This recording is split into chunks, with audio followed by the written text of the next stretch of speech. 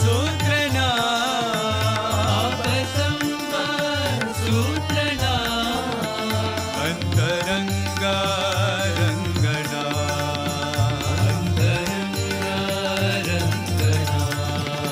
भारद्वाज सगोत्रना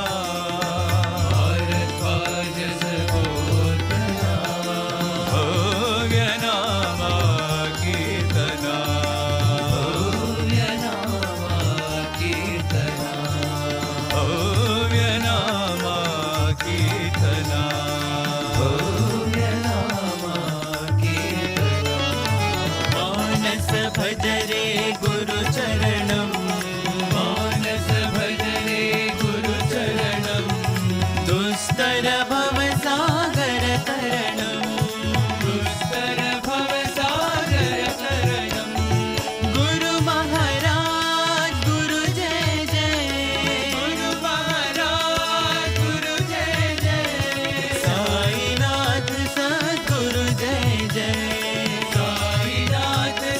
गुरु जय जय ओम नमः शिवाय ओम नमः शिवाय ओम नमः शिवाय शिवाय नमः ओम नमः शिवाय ओम नमः शिवाय ओम नमः शिवाय शिवाय नमः अरुणाचल शिव अरुणाचल शिव अरुणाचल शिव अरुण शिवो अरुणाचल शिव अरुणाचल शिव अरुणाचल शिव अरुण शिवो ओंकारं भव ओंकारं भव ओंकारं भव ओम नमो बाबा ओंकारं भव ओंकारं भव ओंकारं भव ओम नमो बाबा ओंकारं भव ओंकारं भव ओंकारं भव ओम नमो बाबा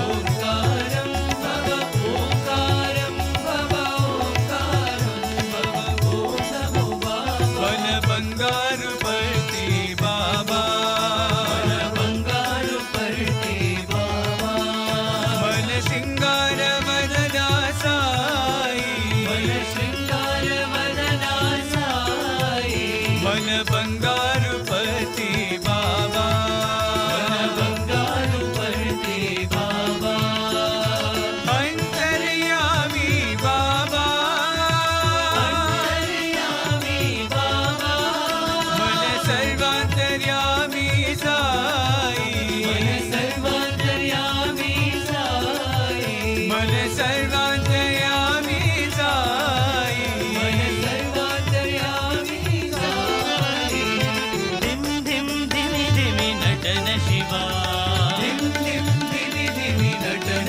शिवा तांडव केलि विलास शिवा तांडव केलि विलास शिवा लीला मानुष वेश शिवा लीला मानुष वेश शिवा लिंगोद्भव कर साई शिवा लिंगोद्भव कर साई शिवा साई शिवा हर बाल शिवा साई शिवा हर बाल शिवा साई शिवा हर बाल शिवा साई शिवा हर बाल शिवा आदि नारायण साई नारायण आदि नारायण साई नारायण जय हरि नारायण जय जय हरि नारायण जय जय पंडरी वासा हरि नारायण पंडरी वासा हरि नारायण पति निवासा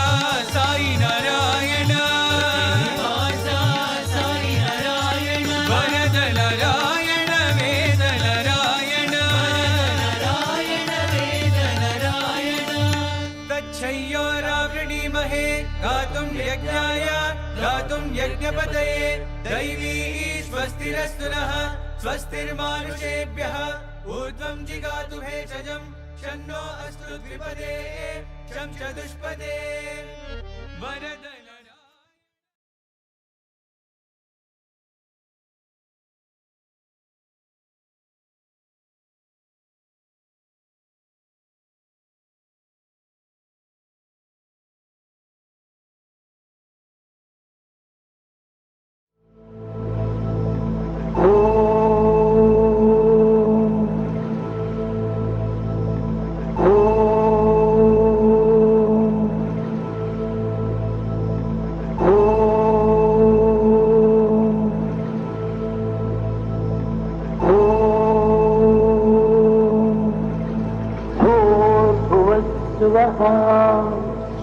तत्सवितुर्वरेण्यं भर्गो देवस्य धीमहि धियो यो नः प्रचोदयात्।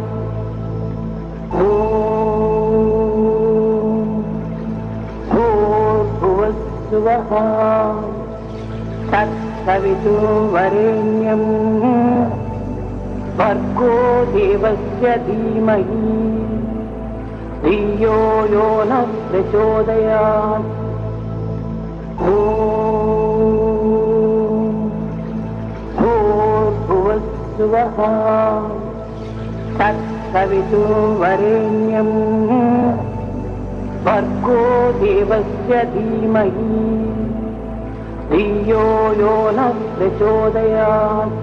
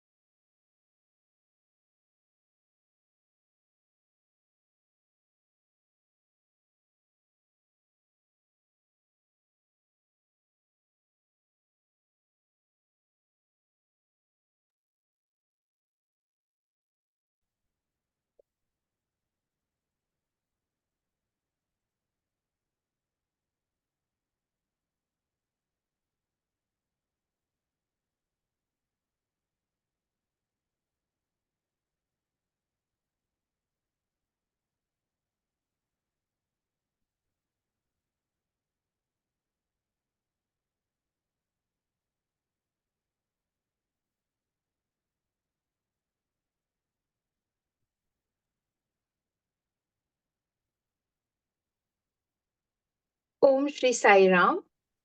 With love and gratitude, I offer my most humble pranams at the divine lotus feet of our beloved Bhagawan, Sri Sathya Sai Baba.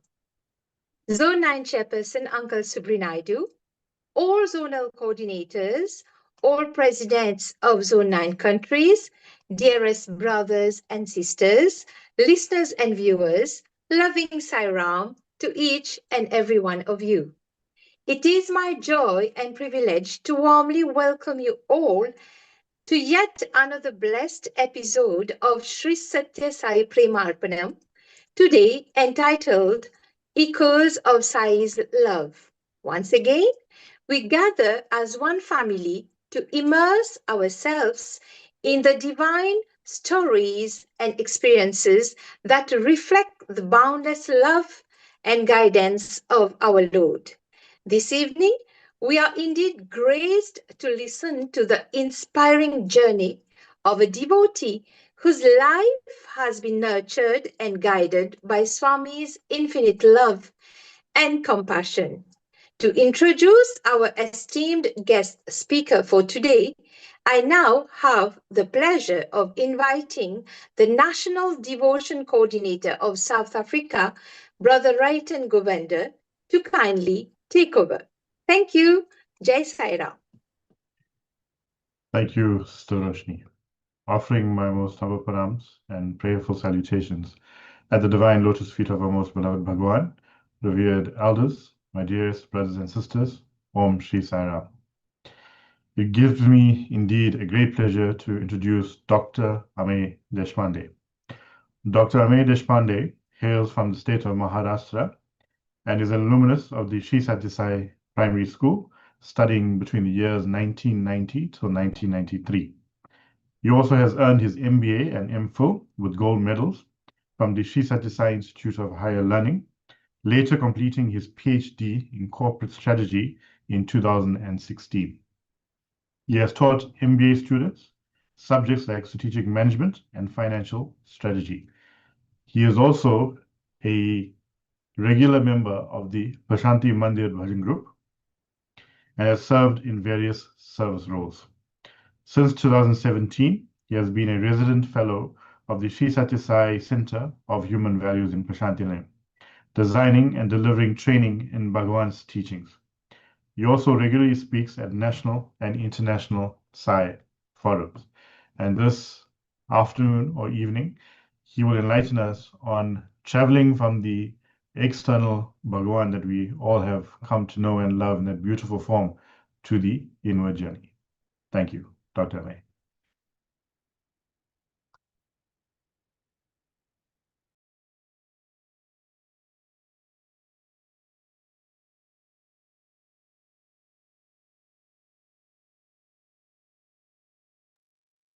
Sam, Dr. Amey, you on mute. Om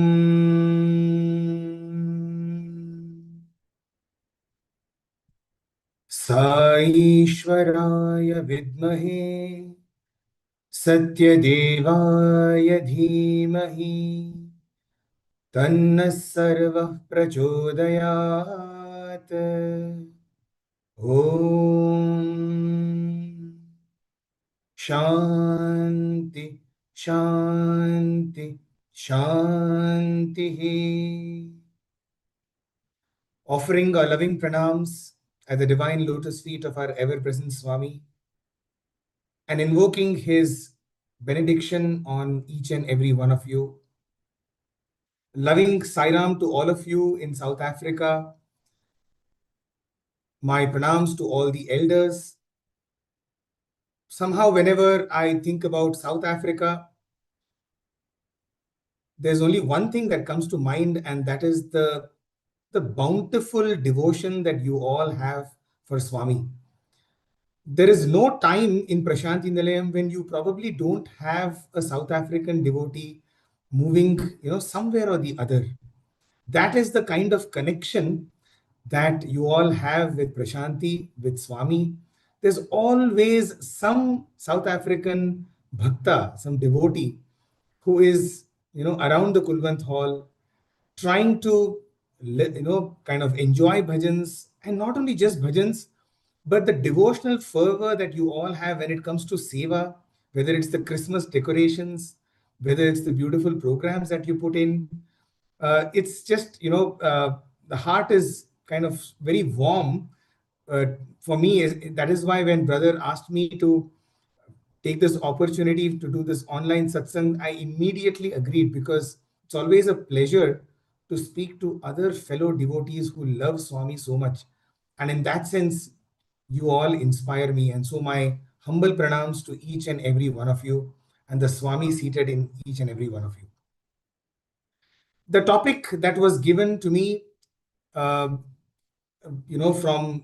right. So I'm told that there are devotees joining from all over Zone 9, from Mauritius. Of course, Mauritius is almost like the backyard of India, I can say. So there's not much different. In fact, South Africa itself, Swami would often call it Bharat.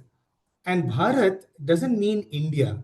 It means Bha stands for Bhagawan, which is the Lord, and Rati stands for attachment. So those who are attached to the Lord are the real Bharatiyas. And in that sense, it is all the devotees, from the Zone 9, my humble pranams and my loving sairams to all of you. The topic that was given is a very, very beautiful one. In fact, the only one in our spiritual development, and that is the inward path.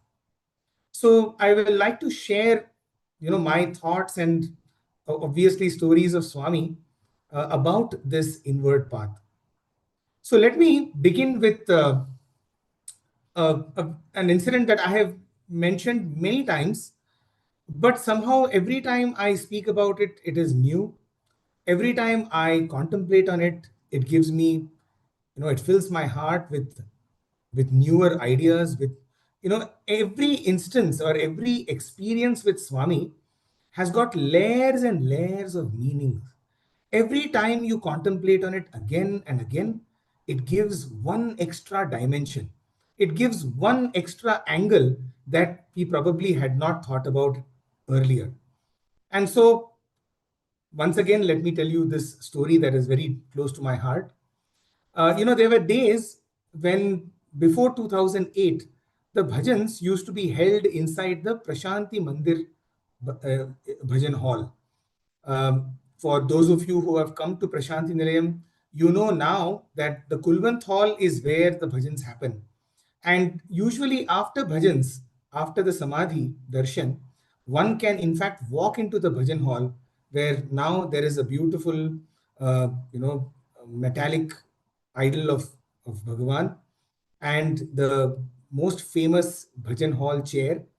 And so I'm talking about bhajans before 2008, when all the bhajans and the bhajan sessions would be held inside the bhajan hall. Now, for those of you who have seen the hall, it is a big hall, but it is nothing compared to the number of people who want to get into the hall. I'm sure you can imagine everybody in Prasanthi Nilayam, those who are coming from out, the permanent, the permanent residents, everybody wants to get into the bhajan hall during bhajans, because to see Swami physically on the throne and enjoying bhajans and then singing along bhajans is a different experience altogether. So everybody, there would be a big clamor to enter into the bhajan hall, to get a good seat so that you can see Swami, and possibly even Swami sees you, which is also very important. And there would be arguments, there would be fights, to get into the bhajan hall. There were people who claimed that theirs were permanent seatings, so they would say, that is my seat, you cannot sit over there. And so then we would adjust, and eventually three people will sit in that same permanent seat, because for all the three people that was their place. That's how it used to be. So there was one professor who did not want this this heckling every single time, every single morning and evening, trying to get into the bhajan hall during bhajans. What he decided was that he will sit outside in the veranda. He will sit uh, in the portico, and he would close his eyes, and he said that I will simply visualize Swami sitting on the throne. Instead of actually going inside and seeing physically Swami sitting, he would close his eyes during bhajans and he would replay Swami sitting on the throne.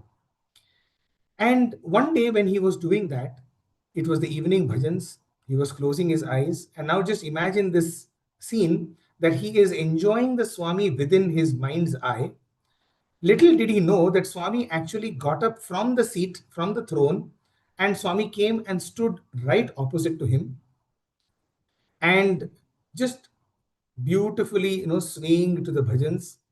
This gentleman has no idea that physically Swami is standing, right in front of him. The bhajan got over, that particular bhajan got over, and so he just opened his eyes only to see Swami standing right there in front of him. And so immediately the palms, went this way, and he thought, how stupid of me that Swami standing over here and I'm closing my eyes. But Swami gives him a beautiful smile, comes up very close to him and says, the Swami inside and the Swami outside are one and the same. Let me repeat that. The Swami inside of you and the Swami outside are one and the same.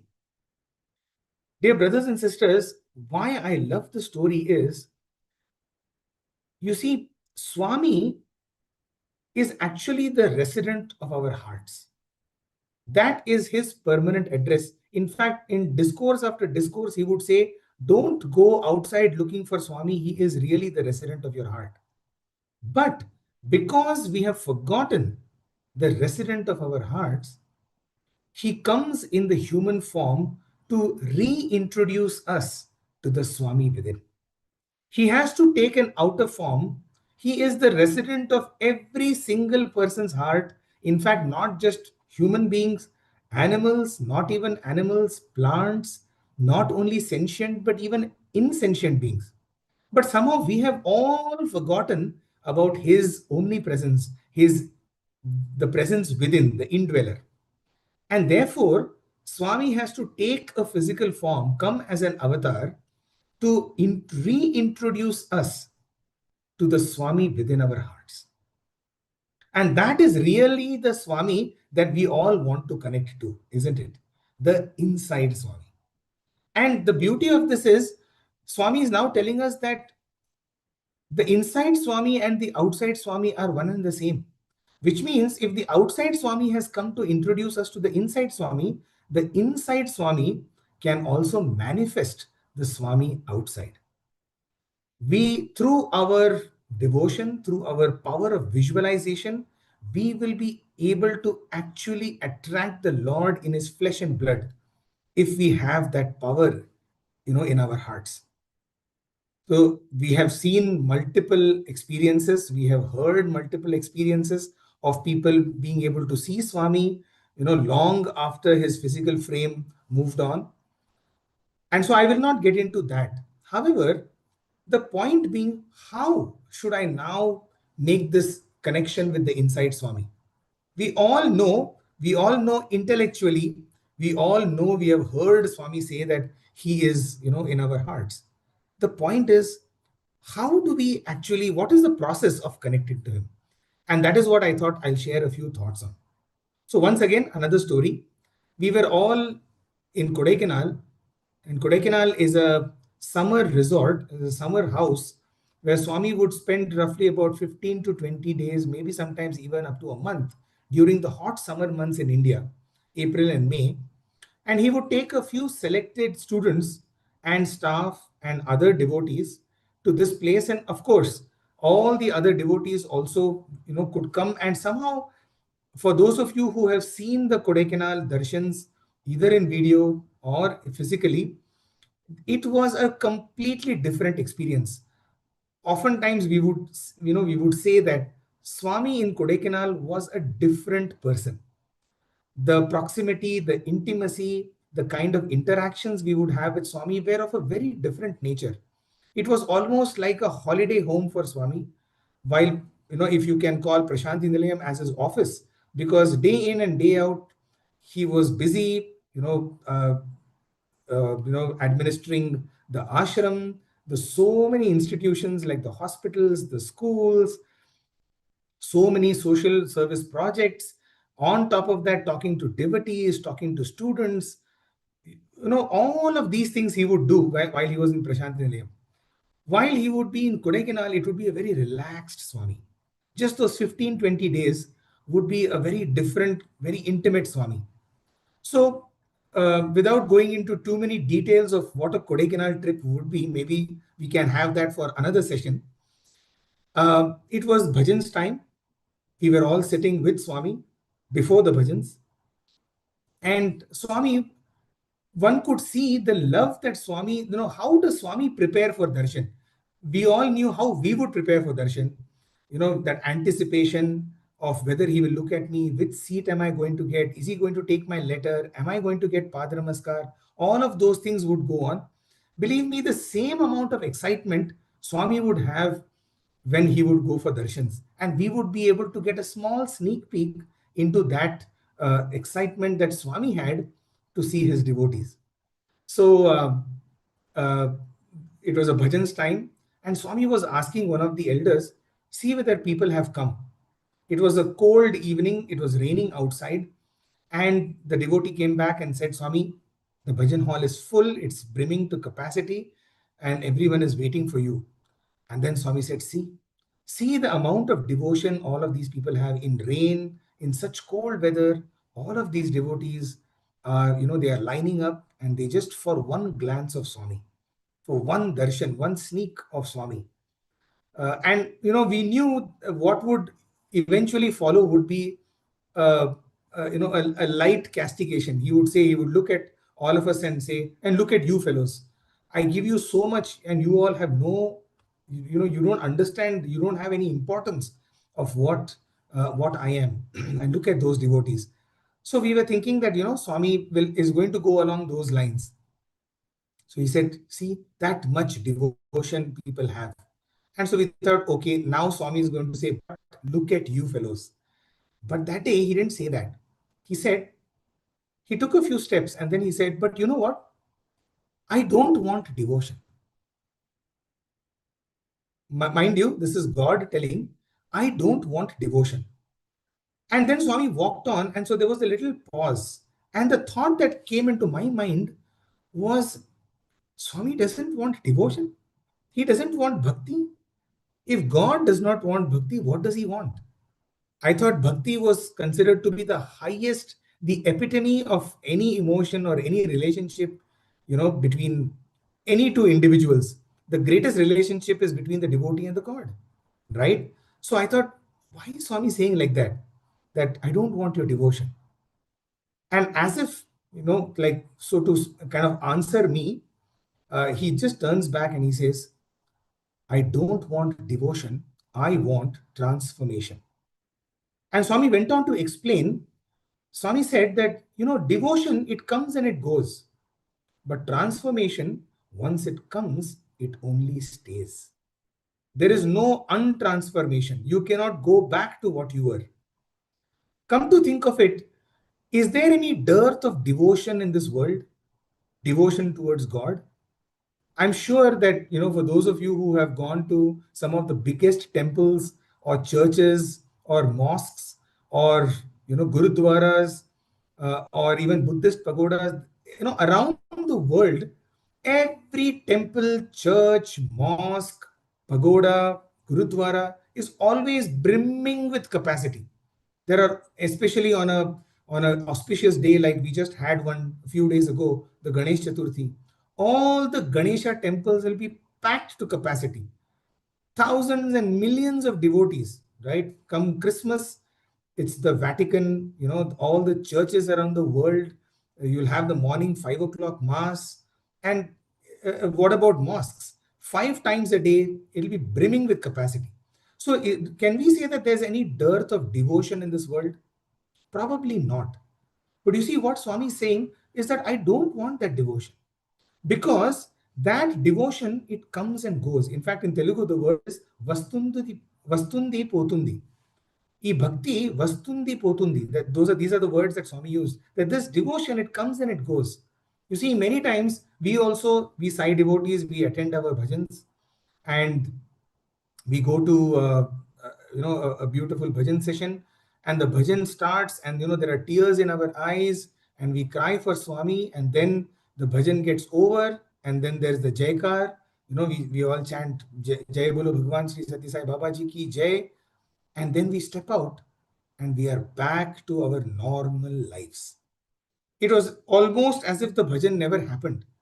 We go back to, oh, how are you? Our socializing starts. We want to catch up, with our friends, what's happening, what is the latest in town, etc., etc. Right? So you see, our devotion, it came and it went. And then for the rest of the week, if there are no other bhajans, then life goes on as usual. It's BAU, business as usual. And then again, come the next Thursday or Friday or Saturday or Sunday, whenever you all have your, your weekly bhajans, once again, there's devotion. We have that, the tears in our eyes. We feel very beautiful about it. But Swami is saying, I don't want that. Swami is saying, I want your transformation. Which means once we have come for our bhajans, life cannot be the same again. Every bhajan session, every time we sit for prayer, not only in the organization, even in our homes, in our altars, right? The bhajans or the prayers that we are doing has to bring about this inner transformation. So now the question is, how do we get that? Why is it that in spite of beautiful bhajans, in spite of beautiful organization, the activities, devotional activities, service activities, how come we don't find ourselves, we find ourselves disconnected, or we find ourselves connected here and there. There's an intermittent connection. We don't have this single focused 24/7 connection, what Swami would often refer to as constant integrated awareness. None of us have that. In fact, once we have constant integrated awareness, we will be Swami. We will be realized. We would have realized who we are. So why does that happen, and what's the journey? One more story. We are all celebrating Swami's 100th birthday this year. Back in the days, the 70th birthday, 75th birthday, I've been fortunate enough to be in Prasanthi Nilayam since the 65th birthday in 1990 when I was in a primary school. I have not missed any birthday celebrations since then. And so uh, we were in the hostel. One of the things that would happen every 5-year birthdays, the main birthdays of Swami, so to speak, the 50th, 55th, 60th, 65th, 70th, 75th, so on and so forth. So those would be the big birthdays when there would be the World Conference and there would be some major activity, major projects like the super hospital or the water project, very, very big service projects Swami would take up. And while the whole world would be celebrating Swami's birthday, the teachers in the hostel and all the staff of Swami's educational institutions, everybody would wonder, what can we give Swami as a gift? It should be a personalized gift. It's not like some generic, music program or something like that. It should be something that Swami can use, right? We all want to give something that Swami physically, personally can use. Maybe like a robe, or maybe like anything like a bed sheet, maybe like a carpet or anything like that. So one of the ideas that came up for the 70th birthday was that can all the teachers come together to give Swami a throne, a new throne that Swami can use. So dimensions were, the perfect dimensions were sought, and a design was made. And then obviously, eventually, after everything was done, the budget was discussed, and this proposal was taken to Swami. So Swami one day came out and he said, the warden and all the teachers were standing, kind of kneeling down, trying to get Swami's attention. Swami walks up and Swami said, "Ye, what is it?"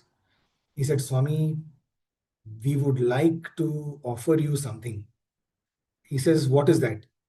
He said, "Swami, all of us, we teachers, Swami, we know that you don't need anything, but it is for our joy that we would like to offer you something. Please allow us to." And Swami, no, tell me, what is it? And then they said, "Swami, we have this idea, that this proposal, that we would like to give you this throne, a new throne." And then Swami, as if, he was like, "Oh, oh, throne is it?" As if he doesn't have enough thrones. So he said, "Oh." And then Swami said, "What I want, will you give me?" And so immediately everybody was, all the teachers, "Of course, Swami, tell us what would you like."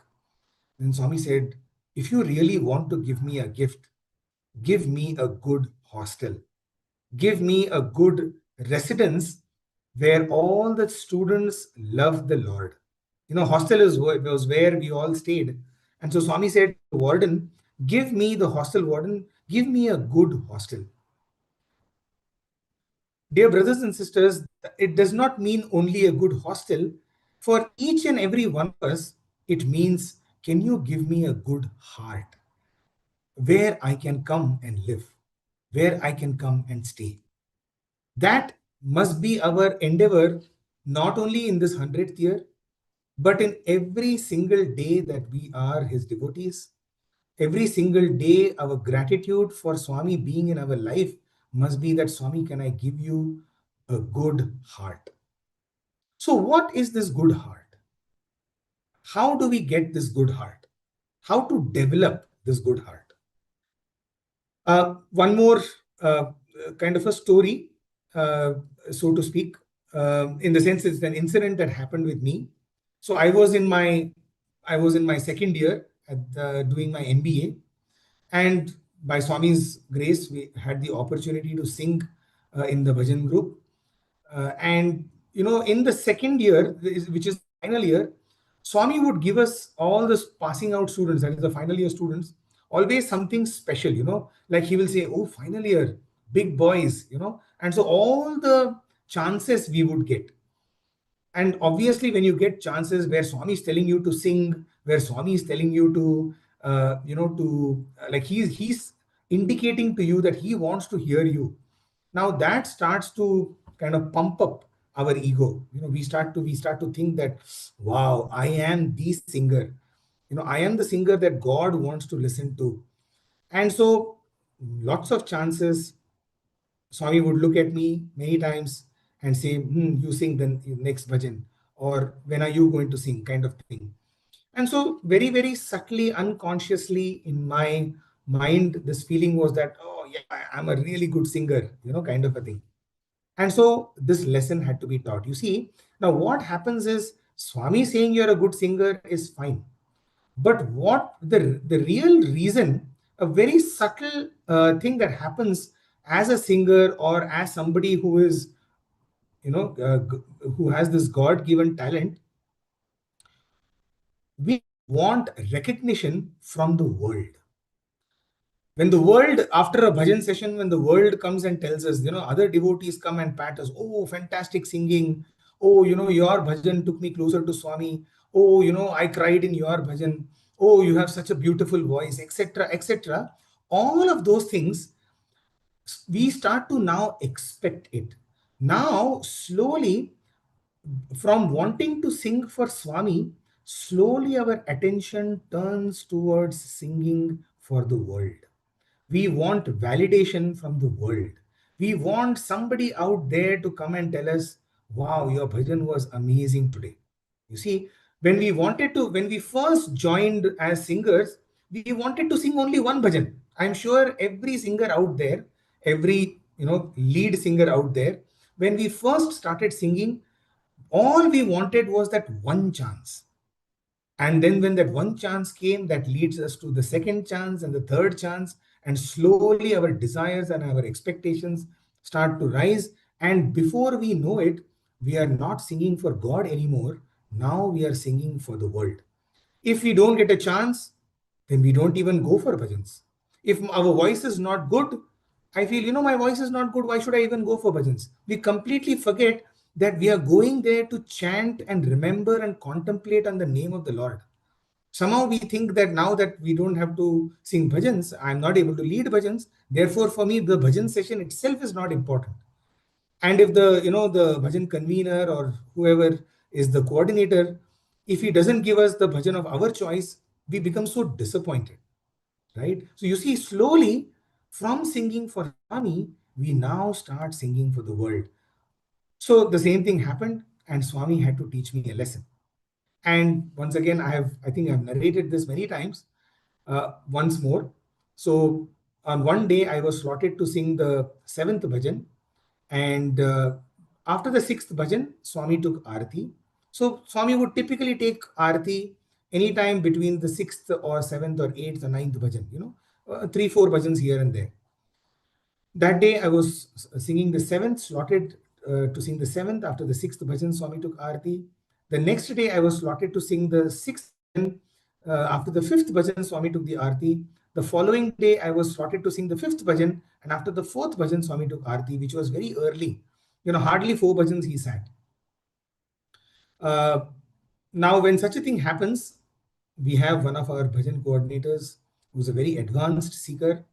He himself doesn't sing bhajans, but he is able to catch the most subtle nuances of Swami on what he's trying to tell. And so I knew that something was gone wrong, and I knew that he also knew that something was gone wrong. And so immediately that day after the bhajans, I ran off. Otherwise, I knew that he will catch hold of me and he will say, hey, something is going wrong.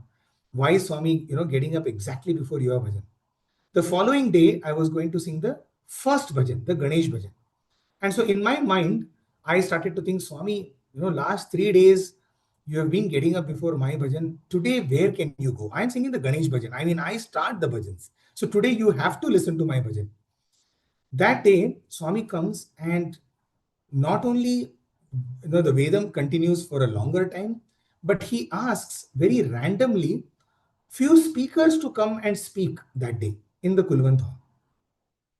And that also would, quite often it would happen that Swami would, often in the sense it would probably happen once a year or twice a year when suddenly Swami will call a few speakers. So you can imagine that now. Out of the blue, maybe for the first time in 3, 4, 5 months, Swami is calling speakers. And so now I am looking at the time. The time is kind of running out because each speaker is speaking for 10, 15 minutes. and it's been an hour. 4 speakers were called to speak, before Swami. And after that, I thought, okay, so today it's going to be, looks like no bhajans at all. But then, in my mind, see, this is how the monkey mind works. In my mind, I'm also thinking, but why, if there are no bhajans today, that's also okay, because see, Swami sat for an hour, and there were speakers. Why am I taking it upon myself? Maybe Swami wanted to give them a chance. And just to prove me wrong, that evening, after the 4 speakers get over, Swami looks at the primary school students, the little tots of the primary school, and he says, today you all will sing bhajans. And that day, they all led the bhajans and we all followed. And needless to say, it was a golden opportunity for all of them. But immediately after the arati was done and Swami had retired for the day, our convener came up to me and said, Ameya, take off. Just take it easy. Looks like you need to do some, introspection. And that's it. I was stopped from singing. And for 40 days after that, I did not sing. Every day I would come and sit behind. I was not even allowed to sit in the front because I was not leading the bhajans. And those were, today when I look back, some of the best days of my sadhana, wherein every single day I would go back and I would cry and I would practice. And somewhere I realized that there is something deeper happening over here. All this time, the sadness in me of why I'm not getting to sing was not so much because I wanted to sing in front of Swami. It was more because I wanted that attention. I wanted that validation, even from the Swami outside. You see, I was not looking for the inner validation, the internal Swami. And so for 40 days, it was excruciating pain during those days, because everybody would then come and ask, what happened? Why are you not singing? Is your voice not all right? And I couldn't say anything. I couldn't say that, I'm banned from singing. I couldn't tell them that, I don't think Swami ever wants to listen to me again. Right? So I would just say, yeah, I don't know, maybe, chance is not coming, etc. I would just try to avoid that. So exactly what I wanted, I was getting the opposite of that. 40 days passed, and then one day our sir, the coordinator, he said, you know what, let's try today. Let's see what happens. And so that day he slotted me the third bhajan. I was going to sing the third bhajan. And that day Swami comes, and exactly like 40 days before, this day also Swami calls for 6 speakers to speak. Not 4, but 6. And I'm thinking, oh my God, even today we are not going to have a regular bhajan session. It is just going to be an abridged version, but I was quite confident that we will have at least 3 bhajans before the aarti is taken. And so after the 6 speakers speak, Swami looks at the bhajan group. It is more than an hour Swami has been sitting. And Swami looks at the bhajan group and Swami says, let's have 2 bhajans. Right? He very clearly, he said, let's have 2 bhajans. And at that moment, I was like, oh my God, this is a direct, signal to me. It's a direct lesson to me, because he knows exactly what slot I am singing. And so the first 2 bhajans started, and I thought that that's it. This is the last day that I will ever be even rostered to sing, because never again is this chance going to come, because it's so obvious that I am the third singer and Swami is saying 2 bhajans. Never again that chance is going to be taken. The coordinator is not going to take the chance again. And I still remember, I was praying like I have never prayed before, just saying, sorry Swami, I'm so sorry. I allowed this ego to come. I'm sorry, I'm a big zero. I kept telling this, I'm a zero. Swami, you are the hero. I am a zero. I am a zero. I am a zero. And after the second bhajan, the aarti was about to start. Swami got up from the chair as if to take aarti. But instead of taking the aarti, Swami says, let's have one more bhajan.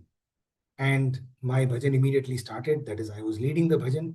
And Swami stood for the bhajan. And after that, he just gave me very all-knowing smile. In fact, it could just be a very generic smile. He just smiled at me. He took Aarti and he left. And of course, all my classmates and others, they came and said, "Oh, Ameya, Swami stood for your bhajans." This was the time when Swami actually had a hip fracture. Can you imagine that, standing for an entire bhajan? But I knew that day that he had taken upon himself the pain to teach me this lesson, that if you think that you are singing to please someone, if you're singing for the sake of your ego, I can crush that ego like nobody can ever do. So be careful about what is the intention with which you're sitting here and doing bhajans. Of course, it's been a tough journey in the sense that I have not completely been able to overcome this, this very subtle ego that I have. But every single day, I remind myself that I am only sitting over here for my own sake. It is for my personal inward journey that I am doing bhajans. And so therefore, whether I get to sing, I do not get to sing, whether I'm rostered in the beginning or at the end, it should not matter to me, because I am going there to do my sadhana. It is for my inner growth, my spiritual journey inward, that I am doing this bhajans. So that has been one big learning. And I feel that this ego is our greatest, the greatest enemy on our own spiritual path, unfortunately, is our own mind. That is why Swami says, follow the master, and simultaneously he says, face the devil. You see, if you're truly following the master, there's no question of facing the devil. But when we don't follow the master, then we start facing the devil. And that devil is this ego. You see, the master is also within us, and so is the mind. So when you don't follow the conscience, when you don't follow the master within, you are automatically following the devil. And that is something that we all have to guard ourselves in this pursuit to give Swami that gift of a beautiful, good heart. No? That pursuit starts with purifying our heart. So, I can go on about how the kind of stories of how Swami would teach on this purity of heart. I cannot forget how it is not about the quantum of work that you do, but it is about the intention with which we do that work. I will tell you this beautiful incident. In fact, couple of incidents. There was, we had put up this drama, and I don't know how to call it, but we used to have these. They were not even dramas; they were actually presentations. Between where Swami would sit and where the students sit, in that little corridor, maybe it's like 10 feet by 30 feet. Swami would ask us to put up, anything. It could be a short presentation, a Burra Katha, a Hari Katha, anything. It could be, like something like all poets coming, standing up and just speaking out their poems, so on and so forth. So one day we were all putting up, the entire class was putting up a program. And all of us had taken upon ourselves, big roles, because we believed that, we are the deliverers and we are the good actors and, so on and so forth. Once again, it's all pumping, we feel. And this brother came up, to me and to us, and he said, "Brother, can I get a small role? I really want to act in front of Swami." And so we had this one innocuous role of a king, King Parikshit. No dialogues. He just has to do a little bit of acting as if he is all that. And so we were all practicing, and this brother was so out of it, out of sorts, that even that little 1 minute role, he was, it was so artificial, and it was like, I would say, short of horrible. Okay. And so we were spending like hours and hours just to get him to act that part. But, we were running out of time. And so finally we thought, what? I don't think, like, he's beyond repair. Let's just leave him aside, and we will, let's focus on our parts. Anyway, this is just a few seconds here and there. It's okay, with whatever he's doing. Or so we thought, right? Next day is the program. The brother comes and he acts, as normal.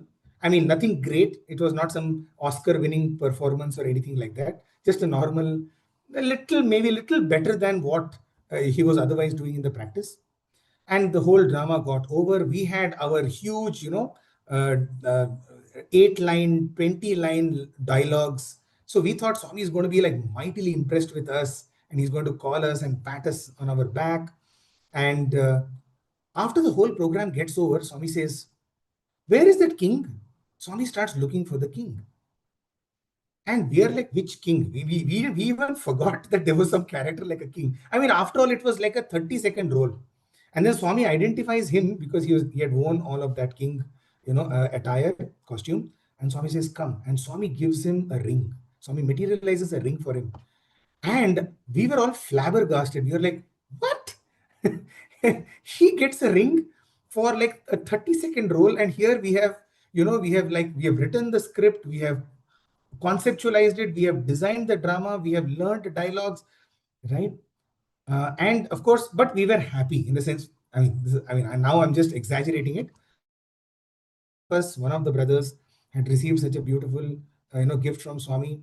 And so, as always, after the program, we would go around the person who has received that and look at the ring and, pat him and all of that, like accolades and, hey, amazing year, all of that.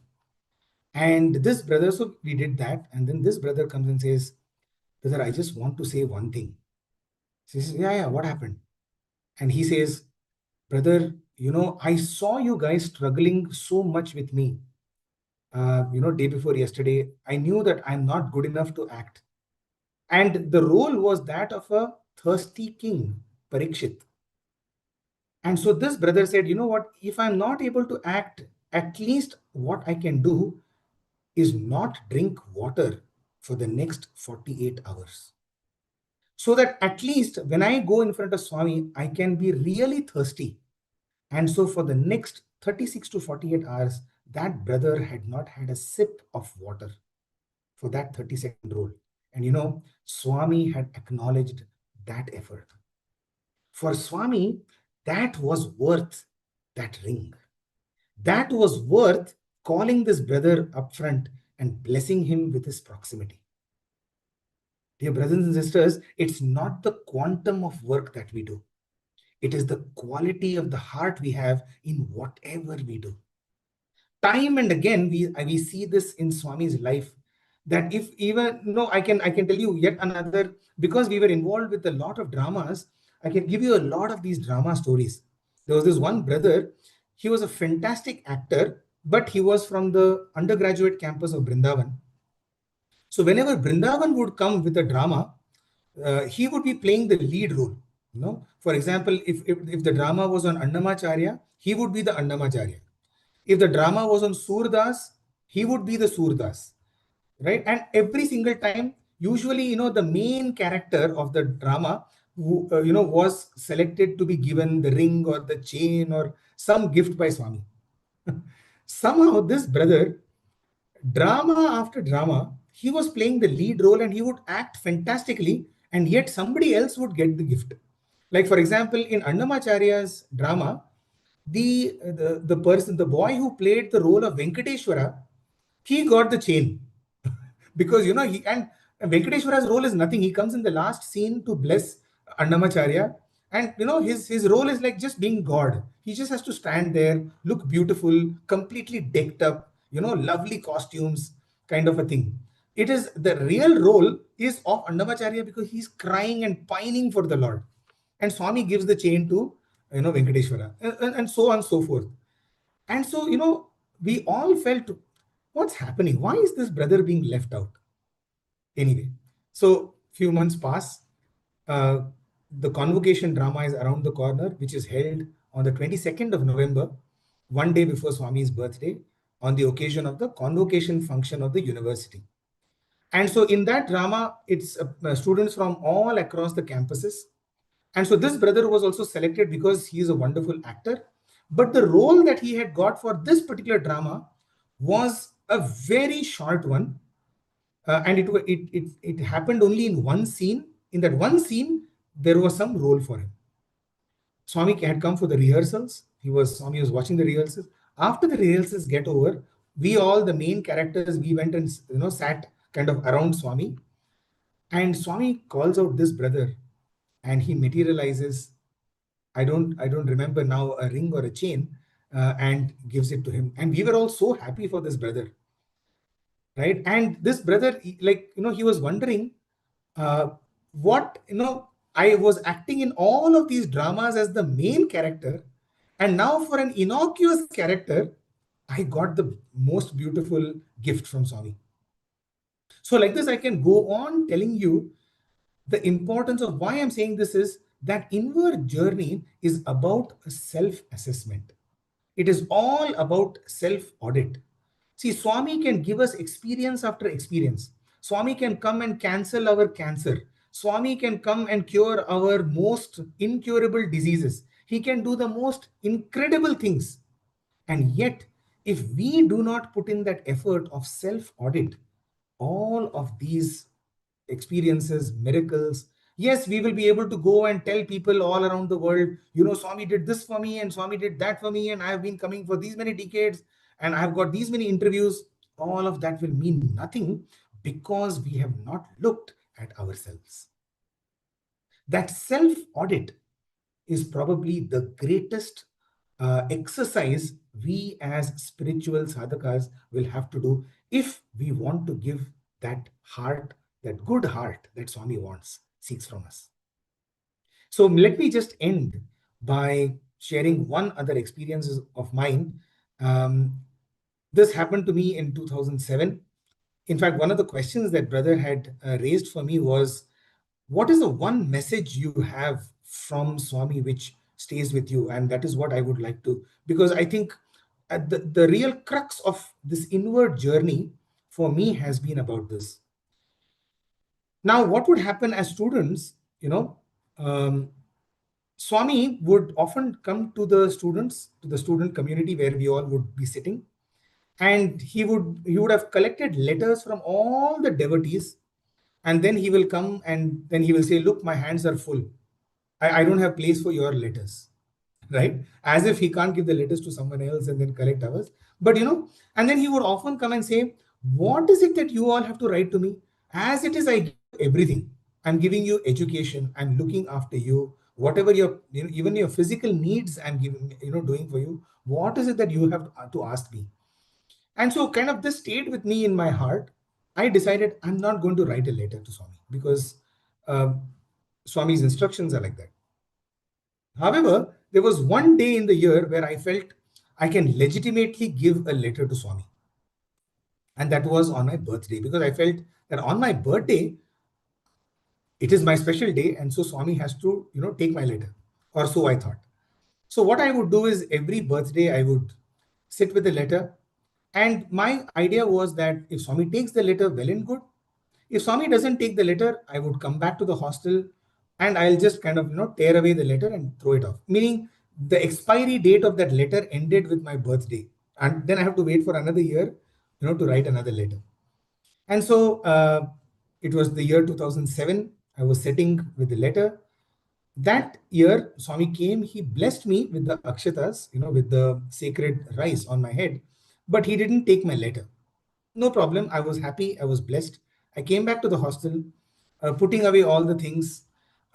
Just then, we had these wonderful teachers in the hostel who would just break out into anything you asked them. They had a story of Swami to tell, for anything. And so these impromptu satsang sessions would just start off somewhere in the corridor. You probably, as you're walking to dinner, this teacher will say, today's curry is brinjal. I'll tell you a brinjal story. And he will tell us a Swami story with brinjal. It would be like that. So that day, one of the senior teachers who had lived with Swami, he had broken out into the satsang. And so I happened to, somebody said that he's telling some nice stories. So I ran up there, listening to the story. And that day, that sir was talking about whether we should write a letter to Swami or not. And it so happened that when he was a student, there was a discussion between two groups of students. One group said that we should write a letter to Swami, and the other group saying we don't need to write a letter to Swami because Swami knows everything.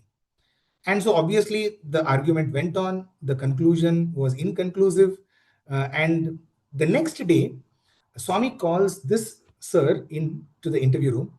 as the sir is standing inside the interview room, he sees a very strange, or he sees a phenomenon happening, which is there's a big pile of letters on Swami's left hand side. Swami is taking one letter, opening it up, reading it, and keeping it on the right side. So this is going on, and mind you, the treatment for each letter is different. Some letters are getting the full read.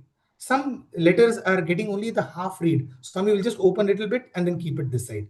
Some letters, without opening itself, Swami is putting it on this side. So this sir started thinking, why is Swami doing this differential treatment for each and every letter? And the moment this thought came into his head, Swami asked him, come, what are you thinking? And so he was kind of, oh, looks like Swami caught my thought. And Swami said, come, pick up a letter and read it to yourself.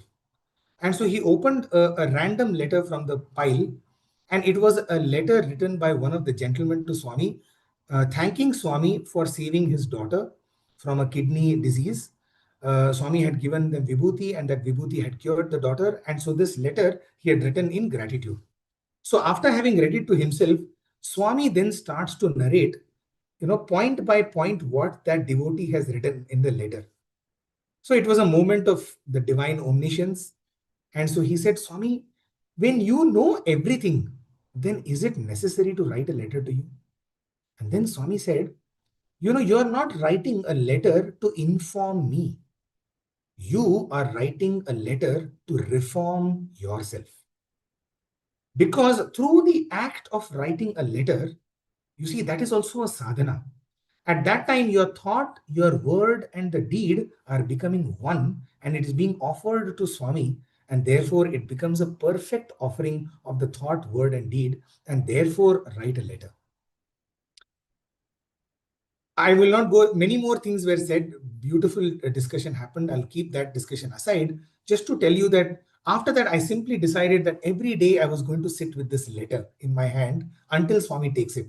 The idea was never to give it to Swami. The idea was just to sit with this letter every single day as my sadhana.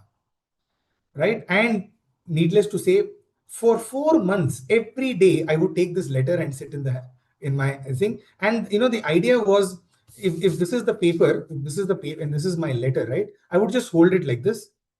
I wouldn't even, extend my hand to give it to Swami. If Swami comes close by, I'll just hold it like this. And once Swami leaves, just put it back into the pocket.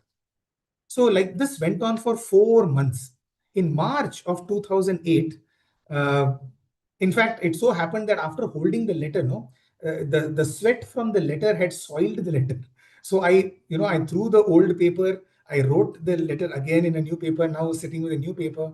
And so sitting over there, one day in March of 2008, I'm sitting in the Bhajan hall. Swami had come a little early for bhajans, before the bhajan had started. And so he was just sitting, and then he looks at me, and as if, Abba, this fellow, how long is he holding this letter? I felt like that. Not that he said anything, but he just looked at me, and then he just looked, and he says, bring it. And so I didn't know whether it was to me he was asking me that I should come. So I was just wanting to make sure, just turned around to see whether anybody else is having a letter. And then Swami looks at me and says, you only, no way, And so I went up, and my idea was just to give the letter and come back. But that day, the moment I gave the letter to him, he opened it. And he starts to read it aloud. He starts, what I have written to him, he's now reading it to me aloud. It was very embarrassing. And I was like, oh my God, because it's also scary. In case I made some mistake in the letter, I'm going to be caught out now. You just want to give the letter, and Swami, you do whatever you want to do with the letter. Right? He starts to read the letter. And I basically had just written a few prayers, my favorite prayers in the letter. In fact, I can read out the contents of the letter even in the middle of the night, because that's my prayer. And then he comes to one line. Okay. And he underlines that line with his finger. And he shows me that letter, and he says, Idi Bhadramga Pinchuko, meaning develop this feeling again and again, the feeling that I had written. And then he patted me on my chest. He folded the letter and he put it back into my pocket. and he said, go and sit. I still have that letter, and I would like to show you that letter today. This is the letter that I had given to Swami in 2008. Of course, right now it's in a very bad shape because it's that old. And this is exactly how he had folded the letter, in fact. So I'm going to just gently open it. And the line that I don't know whether you can see what I have written, but there is a line called, you are me and I am you. Yes, you can see it very clear.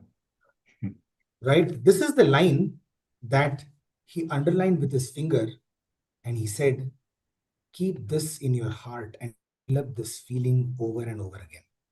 Yeah. I am you and you are me. To me, that is the inward journey. That is the mantra that I keep with myself every single day, every single moment, constantly reminding myself that the purpose for which the Lord is to introduce us to ourselves, our true selves. That is why he referred to us as Prema Swarupas. You see, he had no doubt. There was not the slightest doubt in his mind that we were embodiments of the divine. We may have doubt over him. We may doubt that he is divine, but he had no doubt that we were divine.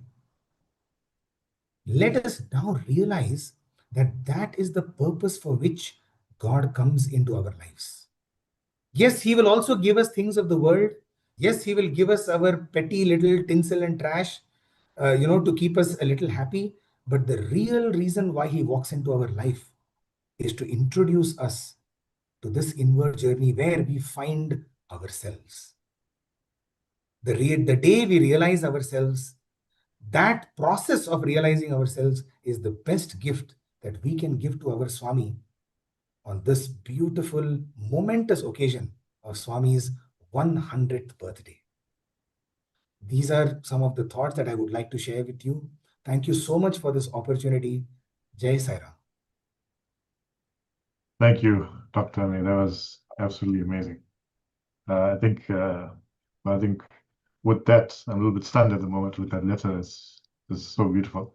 But I think this goes straight into questions, and you've obviously answered one of those questions, which is all Swami's will and grace. The one question that, as a devotee, that all are faced, whether you are resident in Prasanthi Nilayam or whether you are not, is that sometimes we can waver from the path that Swami has laid for each and every of us, has directed us to do. And if you have wavered from that path, how do you win back the grace of God? So the grace of God is always there. You see, the grace of God is not something that, it's not a barter system. If you do something for me, then God's grace will come. It's like internet, the internet is always there. I must have my phone or my, my laptop or whatever I'm using, my device must be configured to receive that internet. So I think I would like to rephrase your question to put it this way, that what happens when I get disconnected from that grace? How do I get myself connected back to the grace? So one thing I can tell you is, don't be hard on yourself. To err is human. We all are only seekers. As long as we don't know, so let me tell you, this is the story that comes to mind. Once one of the brothers had done some mistake, and Swami had stopped speaking to him. And so he would write letter after letter, Swami, please, I'm sorry, I'm sorry. And eventually, after several months, when Swami spoke to him, I'm just cutting short the entire story to tell you the crux. Swami said, what happened? Why are you writing so many letters? He said, Swami, I'm sorry. For what? He said, Swami, I did a mistake. Swami said, as long as it is a mistake, it's okay. Don't let it become a habit. You see, if our slipping keeps on happening, if we keep on slipping on the same things again and again, then there is something wrong. Yeah. If we are slipping now and then, that's okay. In fact, Swami would often say, as children, as babies, what would happen? You will fall. When you're learning to walk, you will fall once, you will slip twice. The mother or the parent doesn't get angry that You don't understand how many times I have told you to walk properly, right? Every time the child falls down, the mother goes and lifts it up. It's okay, try again. This is exactly what happens in our spiritual life as well. That yes, we will be falling, we will fall again, and we will fall again. But the idea must be that no, Swami, I'm sorry, I made a mistake. I will not repeat the mistake. If we, on the contrary, like I was saying, when Swami says devotion vastundi potundi, then this devotion comes and goes. That means basically whatever bhajan or whatever sadhana I'm doing has no impact on me. I just continue along my life as usual. When some problem comes, then I want God's grace to come and help me. That is not going to happen. So, uh, I think what is important from our end is to constantly make that effort to come back. How? Through satsang, through our own personal sadhana, through all of these different ways. And don't worry so much about slipping. We are all bound to slip. This ego is a very, very subtle thing. It takes a long time to overcome. Perfect. Amazing. Now, you've been through many stages, being in close proximity with Swami, from your primary school days to studying at university, and now guiding younger individuals on this path. But we do see, maybe specifically to our continent, our zone, that trying to get young adults involved in these type of activities of sadhana, of satsang, is in this day and age, in this technological advancement age, difficult.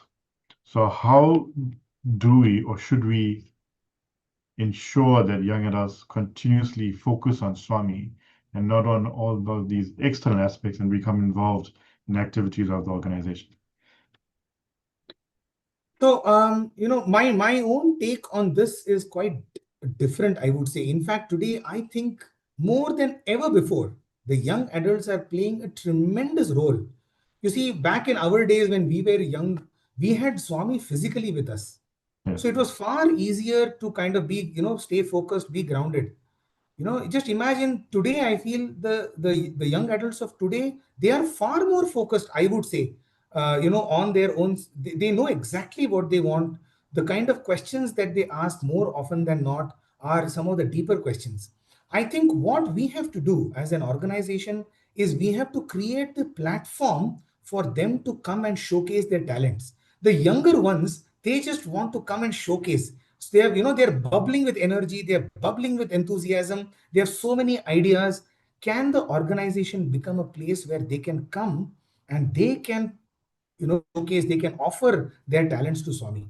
So like I would say that one of the things that Swami had, for example, guided the warden, and he was telling us that when any young guy comes up to you, first of all, never shoo him away.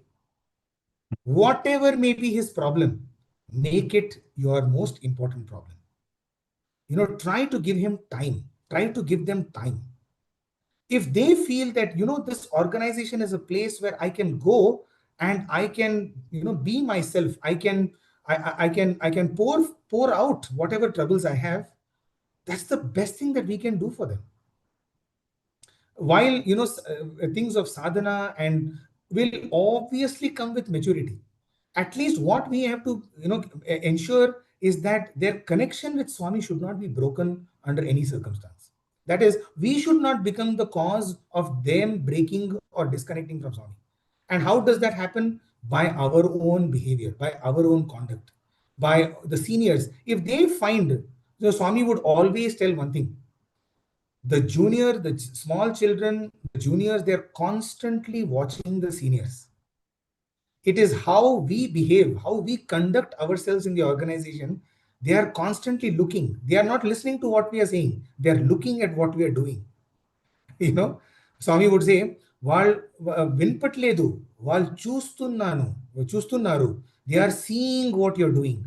If you who have been Swami's contemporary, that is us, if we who have been Swami's contemporary, who have been touched by Swami, if they see that, oh, this guy is also just like us, man, this guy is also doing, he's just showcasing that he is dedicated, but they can see through, right? They can see through whether this person is serious or not. Then we are caught out. But I would say today, in fact, I don't know whether it's the right thing to say, but I think the young adults actually are inspirational today. Yes, today the distractions are far more than they were ever before. Yeah, we have social media, but then if you look at it that way, we are right now doing this on technology. We are True. able to connect, so today we have far more material than we have ever had in the history of mankind at our fingertips. We can learn bhajans, we can listen to samarpans, we can listen to talks, we can listen to intellectual discussions, far easier than we were ever able to.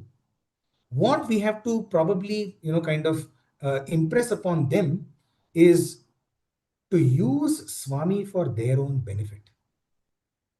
The organization, remember, is only a vehicle. The organization is not the summum bonum, it's not the sum and substance of, it is a vehicle to bring us closer to Swami. We have to play the role of bringing them closer to Swami. That's what I would say. I think it was very, very profound words. Because as an elder, it is not to brush away the younger generation, but it is to mold them into the image that Swami wants to see all of us at. I think that's very profound. Yes, I mean, weren't we also like that? Oh, yes. Yes, Swami accepted us in spite and despite of all of our shortcomings. amazing. Yes. Going on to that point, you had obviously during the many years that you had that physical close proximity to Swami, you had the opportunity, in fact, not even just an opportunity and a benediction granted by him to hear his beautiful golden voice in his discourses, in his bhajans that he used to sing and converse with him. How did it feel to speak to Swami? Oh, okay. I would say for me,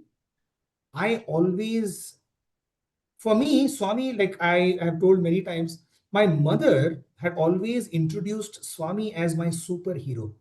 When I was a little boy, Swami, she didn't tell me that this is your God. Of course, I mean, we would pray to him. We had photos of him in our altar.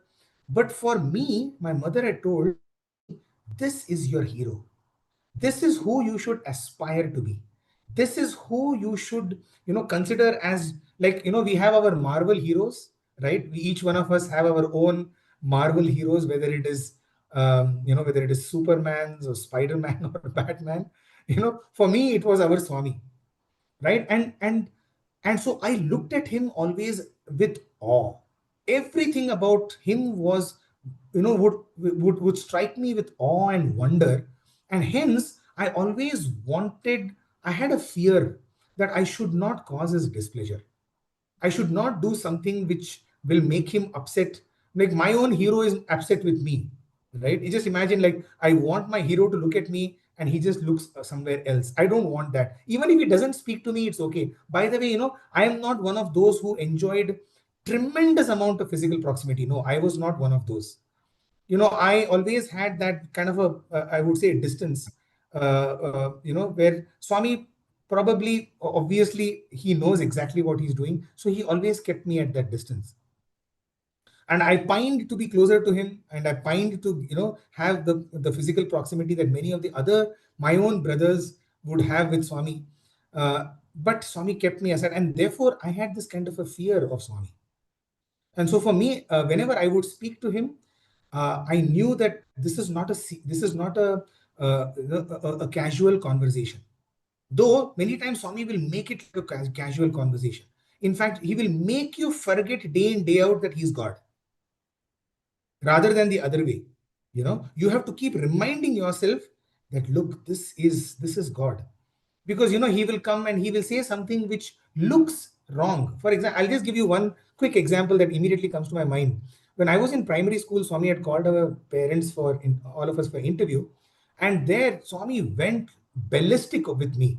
He said, this boy, he doesn't concentrate. He was telling me off, in front of my parents. My parents were like shell shocked to know that this is their child. And Swami said, this boy watches so much TV. And in my mind, I was thinking, Swami, there is no TV in the primary school. Where am I going to watch TV? Yes. In my mind, like, Swami, what are you even saying? Okay, where do I watch TV? You're just saying something for the sake of saying it. Believe me, brothers and sisters, 10 years later, I had got addicted to TV for some time. Oh, wow. 10 years later, na? 10 years later.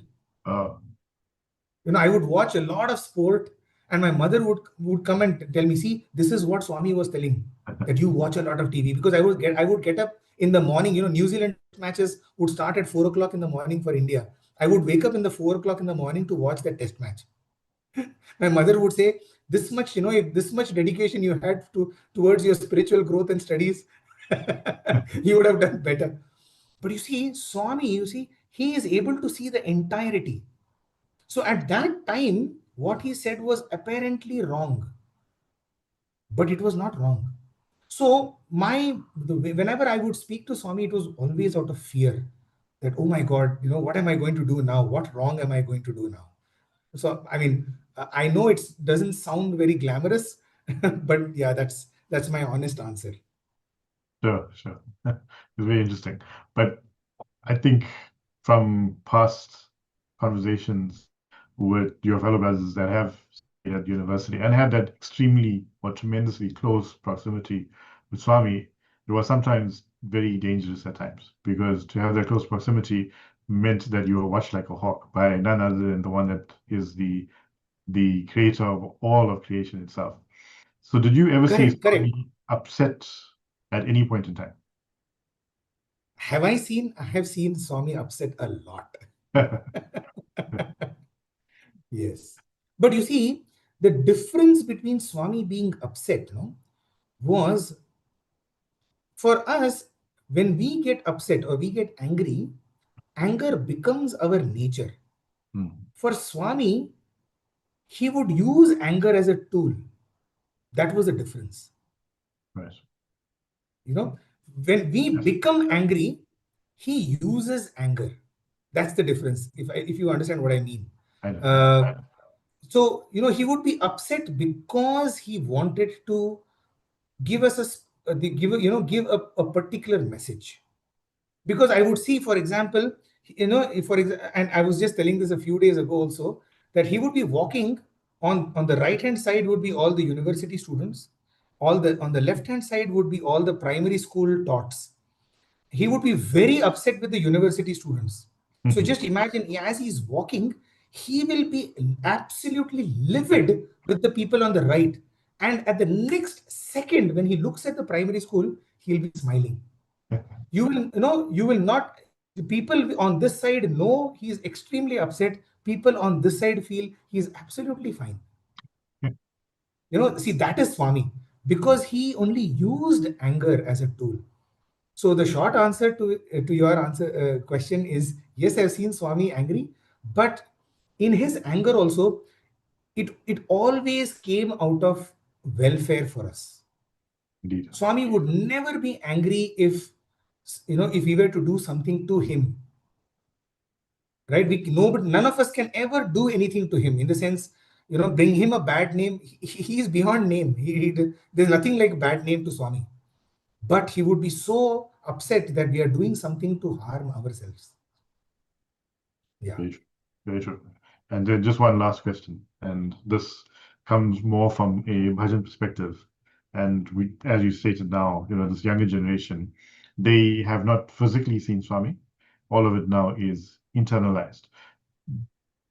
What motivation would you give for Bhajan singers right now? Maybe elderly and young, because everyone is still learning at the same time, on focusing on Bhajan sang in Prasanthi Mandir from, let's say, when you were a student to now? Has there been any drastic changes where disciplines are more flexible now compared to back then when Swami was physically seated for bhajans?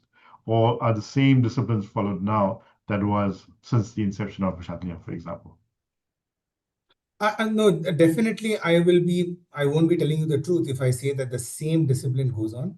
We are constantly striving to maintain the same standards of discipline, whether it is in singing, and more importantly, whether it is outside of the bhajan group, that is outside of the bhajan hall. Right.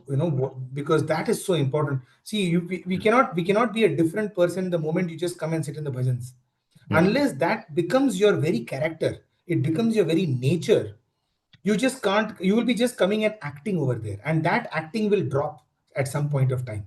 If it is not true, it will just fall off like a wheel, because you have to keep it guarded. You have to keep on thinking, oh, somebody is watching me, I'm sitting in the bhajans, etc., etc.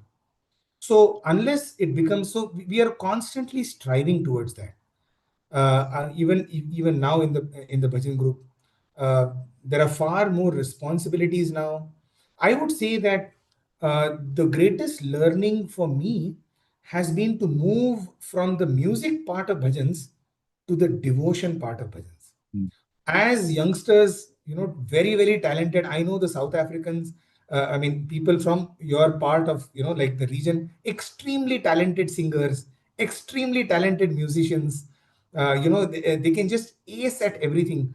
I admire all of the fantastic talent that comes from around the world, in fact. And so hats off to that. We all started like that. It was the love for the music part which actually attracted us to bhajans. But if you're just going to get stuck in the music, I'm sorry to say that it won't give you the intended benefit that bhajans should be giving us. Because from that love for music, slowly it has to pivot towards the love for the name itself.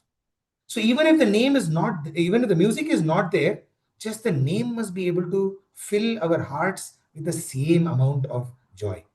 I think that must, if that can be the journey of every bhajan singer.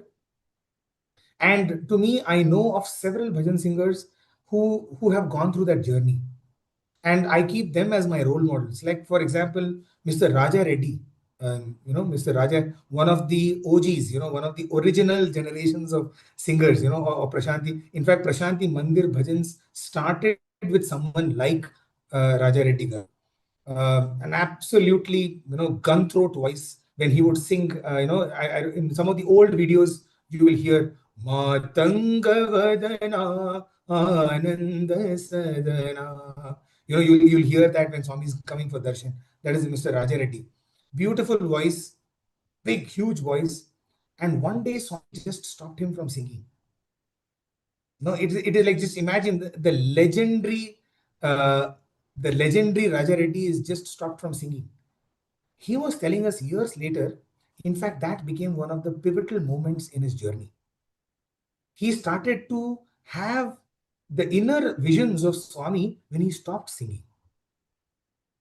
How incredible is that? Right? So my feeling is, because of the technicalities of the music, the technicalities of bhajans, that can actually become a distraction for us. If we are able to slowly move towards the joy of the name, then we don't even need the singer to be great, because I'm just happy with just chanting the name of the Lord. So I would say that is possibly the where I am looking at myself as a bhajan singer. So, and obviously, you note now that there is this younger generation of Prasanthi Mandir Bhajan singers as well, because you would hear it or watch it on the streaming from Prasanthi Mandir live. And the same disciplines, the same practices are then instilled in the younger generation and continues on. So that should be the focus for each and every one of us as well. Yes, that I would say that predominantly comes from our own seniors. Yes. Because the seniors have shown us the way. I was telling you about the coordinator who had stopped me from singing. He is still around. And when we look at him, I can even tell you his name, because he's not an unknown figure, Dr. Shailesh Srivastava. Some of the most iconic songs have been composed. Humko Tumse Pyar Kitna. That bhajan has been composed by Dr. Shailesh Srivastava.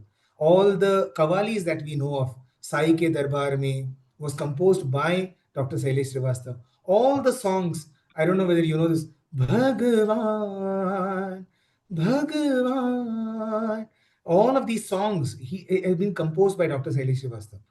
And when we look at his life, when we look at him, even to this day, with all his health troubles, right? He is absolutely the same person that we know.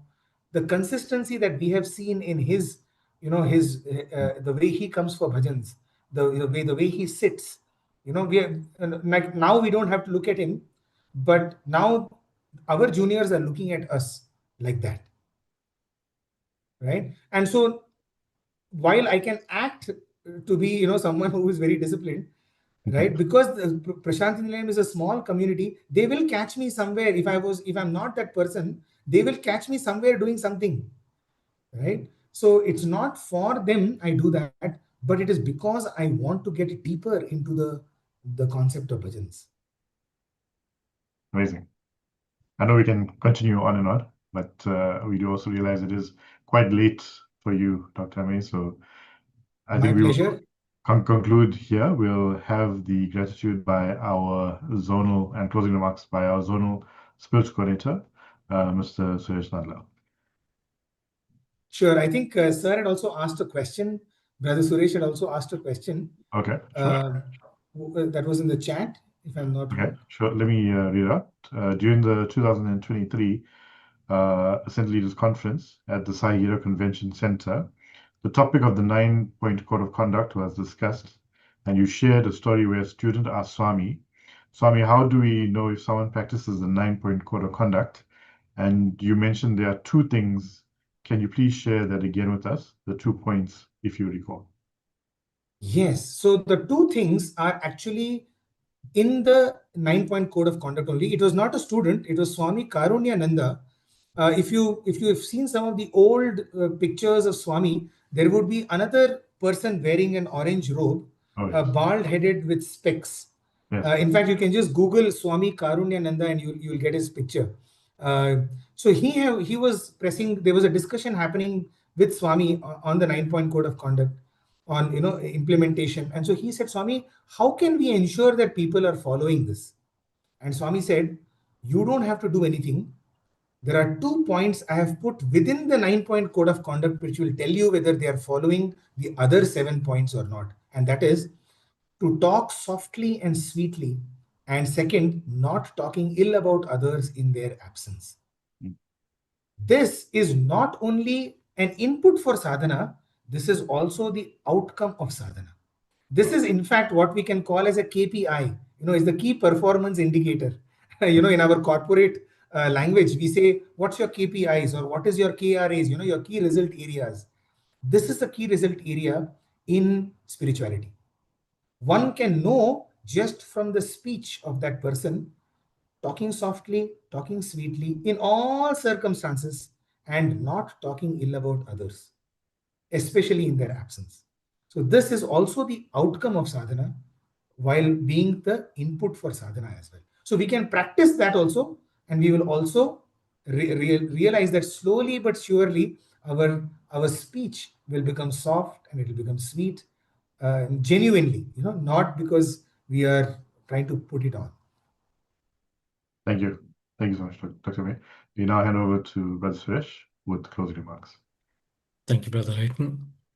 Offering my pranams and salutations at the lotus feet of our beloved Master, who is omnipresent and present with us in this beautiful satsang this evening.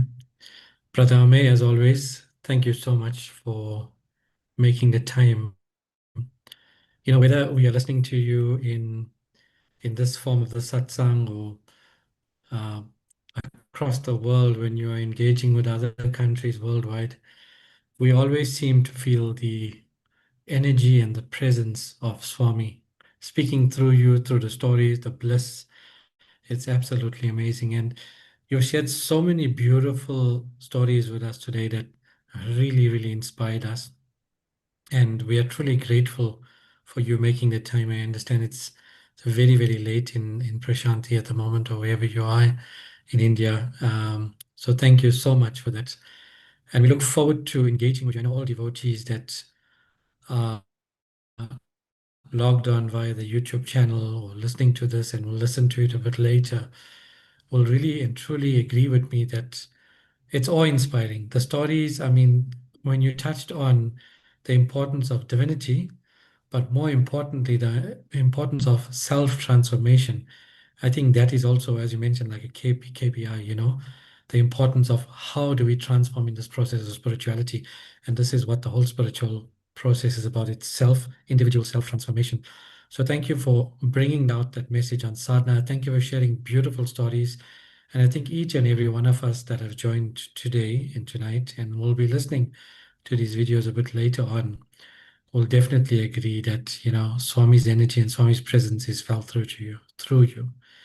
And we thank you for that. Thank you for making the time and sharing and inspiring us as always. Thank you, thank you, thank you.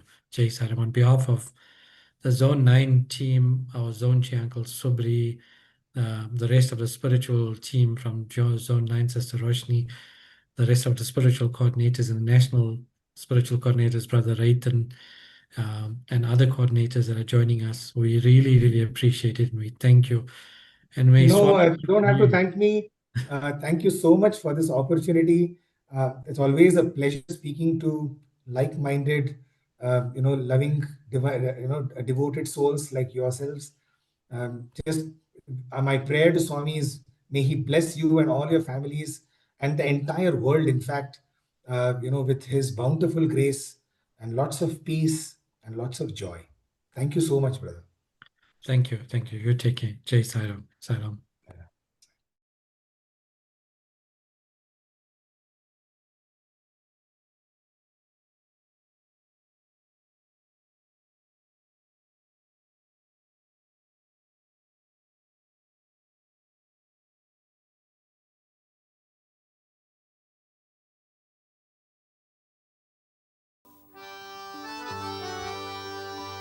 Om Jai Jagadish Hari Swami Sathya Sai Hari Bhaktajana Samrakshaka Bhaktajana Samrakshaka Bhakti Maheshwara Om Jai Jagadish Hari Shivadana Srikara Sarva Pranapati Swami Sarva Pranapati Ashrita Kalpaladika Ashrita Kalpaladika Abhartava Om Jai Jagadish Hari Mata Pita Guru Devam Mariyantayunide Swami Mariyantayunide Nada Brahma Jagannatha Nada Brahma Jagannatha Nagendra Sharana Om Jai Jagadish Hari Omkara Rupa Jasya Sai Mahadeva Satya Sai Mahadeva Mangala Arati Anduko Mangala Arati Anduko Mandala Giridhari Om Jai Jagadish Hari Narayana Narayana Om Satya Narayana Narayana Narayana Om Narayana Narayana Om Satya Narayana Narayana Om Satya Narayana Narayana Om Jai Sadguru Deva Narayana Narayana Om Satya Narayana Narayana Narayana Om Narayana Narayana Om Satya Narayana Narayana Om Satya Narayana Narayana Om Jai Sadguru Deva Narayana Narayana Om Satya Narayana Narayana Narayana Om Narayana Narayana Om Satya Narayana Narayana Om Satya Narayana Narayana Om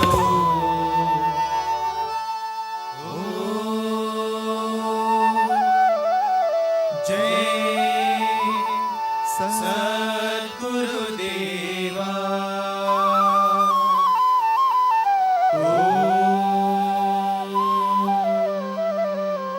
Shanti Shanti Shanti Samasta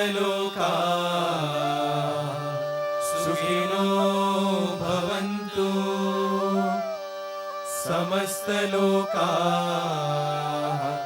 सुखिनो भवन्तु समस्तलोकाः सुखिनो भवन्तु ॐ